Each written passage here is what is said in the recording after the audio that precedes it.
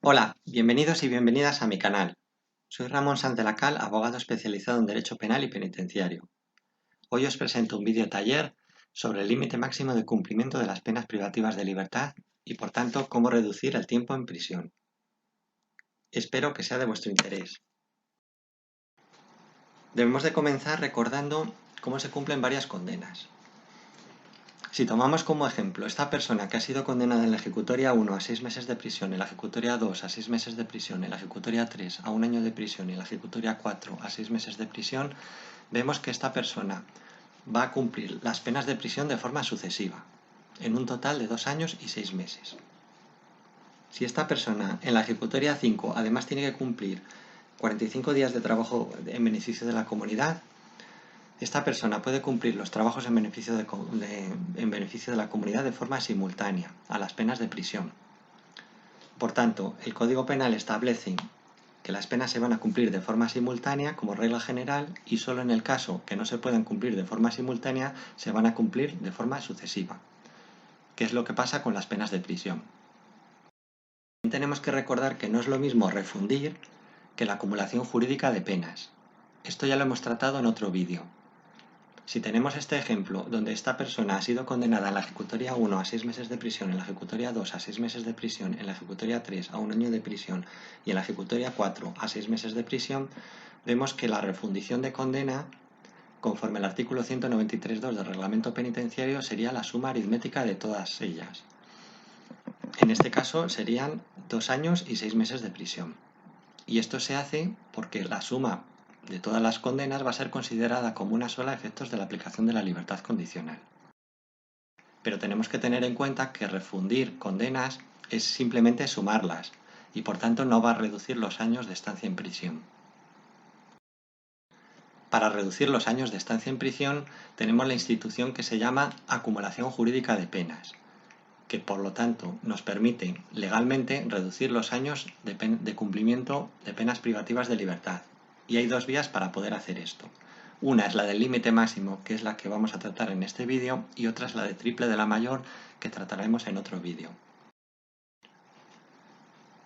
El límite máximo está establecido en el artículo 76.1 del Código Penal, que establece que una persona sea condenada a los años que sea condenada, al final va a cumplir como límite máximo, con carácter general, la de 20 años.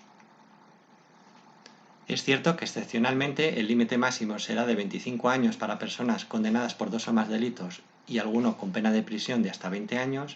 El límite máximo será de 30 años para personas condenadas por 2 o más delitos y alguno lleve pena de prisión de más de 20 años. El límite máximo será de 40 años para personas condenadas por 2 o más delitos y al menos 2 de prisión de más de 20 años.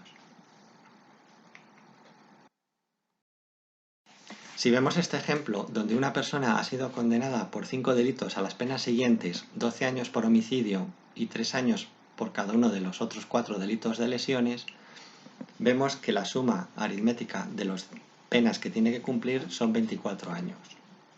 Si nos preguntamos si en este caso el límite de cumplimiento, vemos como esta persona ha sido condenada por varios delitos y ninguno de ellos lleva pena de prisión de hasta 20 años, por cuanto que el homicidio en el Código Penal está penado de 10 a 15 años. Por lo tanto, será de aplicación el artículo 76.1, que con carácter general establece un límite de cumplimiento de 20 años. Esta persona ha sido condenada a 24 años y cumplirá como máximo 20. En este otro ejemplo, vemos como una persona ha sido condenada por 4 delitos de malos tratos en el ámbito de la violencia de género, a 1 año por cada uno de los 4, en total 4, ha sido condenado un delito de amenazas a 2 años, ha sido condenado por un delito de coacciones a 1 año y ha sido condenado por un delito de maltrato habitual a 3 años de prisión. La suma aritmética serían 10 años de prisión.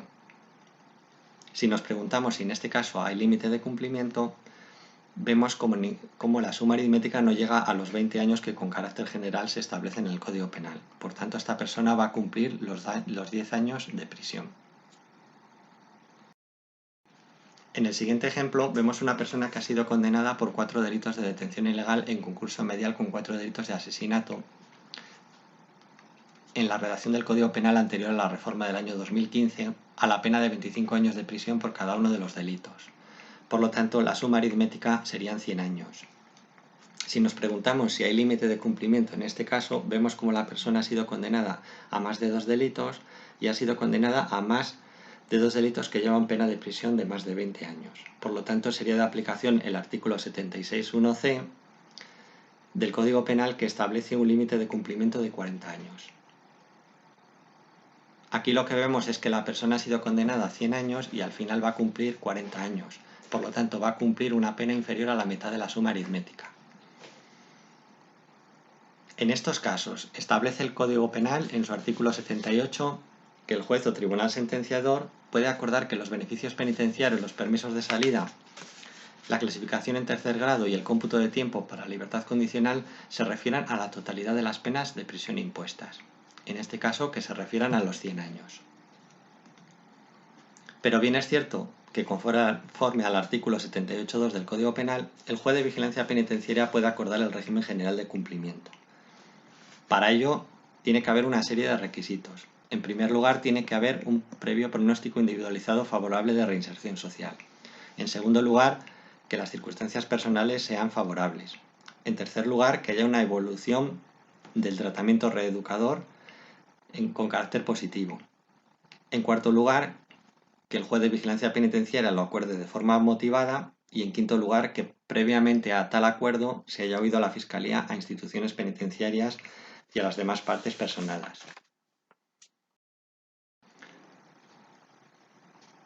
Vemos pues cómo las diferentes penas impuestas en un solo procedimiento pueden ser objeto de acumulación y por lo tanto se puede establecer un límite máximo de cumplimiento de condena, porque está claro que todos los hechos son enjuiciados en un mismo procedimiento. Aquí tenemos el ejemplo de una persona que ha sido condenada por un asesinato consumado a 23 años de prisión, que ha sido condenado por un homicidio en tentativa con agravante de abuso de superioridad a 9 años de prisión y ha sido condenado por otro homicidio en tentativa con agravante de abuso de superioridad a otros 9 años de prisión. Vemos que la suma aritmética serían 41 años y si nos preguntamos si hay límite de cumplimiento en este procedimiento, diríamos que sí, porque esta persona ha sido condenada por más de 2 delitos y ha sido condenada por un delito que lleva una pena superior a los 20 años. Por lo tanto, sería de aplicación el artículo 76.1c con un límite de cumplimiento de 30 años.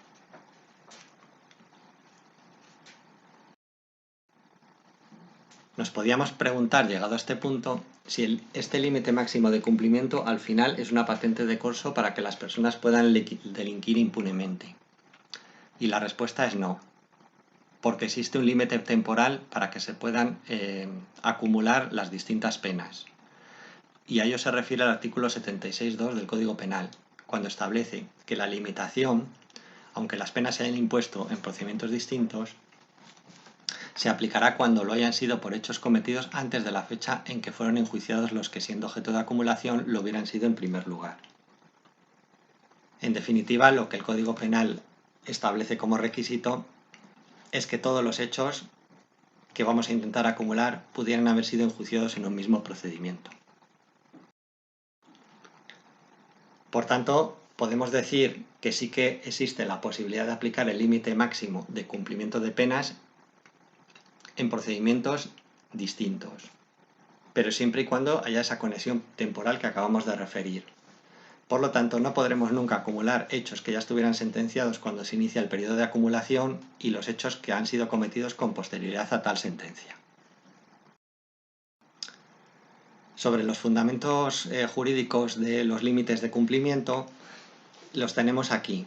En definitiva, son el de proporcionalidad, el de reinserción, el de evitar la marginación y la desocialización, el corregir los excesos punitivos de la suma aritmética, dignidad humana y el derecho que tiene toda persona condenada, pese a la gravedad o la cantidad de los delitos cometidos, a poder recuperar la libertad.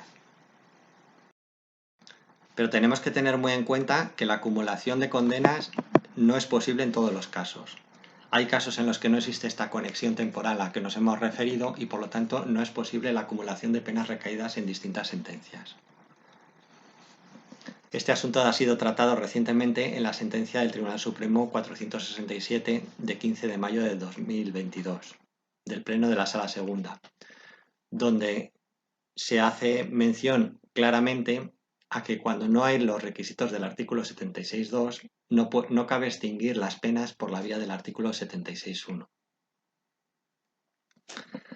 Lo curioso de esta sentencia son los votos particulares. Votos particulares en los que se parte de que la no aplicación de la acumulación produce un gravamen que debe de ser corregido.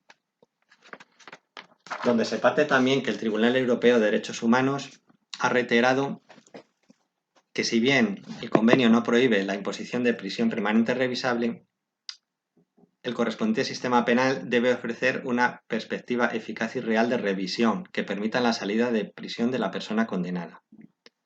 También tiene en cuenta la sentencia del Tribunal Constitucional de 168/21, que valida constitucionalmente la prisión permanente revisable por cuanto que la ley establece unos mecanismos de acceso al tercer grado y a la suspensión del resto de la pena en determinados plazos.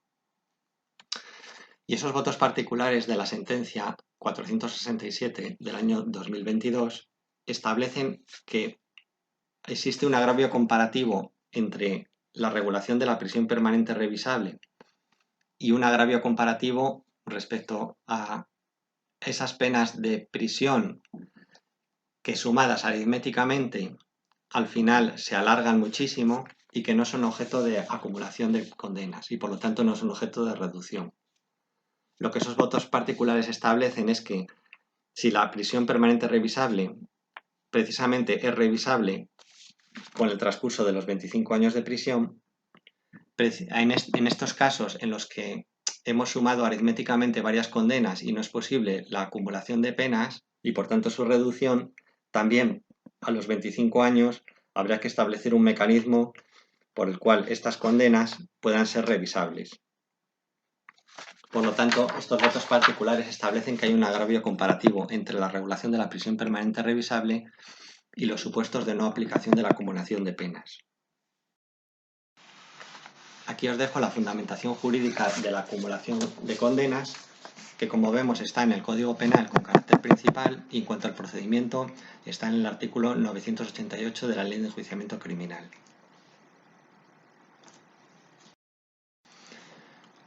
Bueno, si has llegado hasta el final, muchísimas gracias.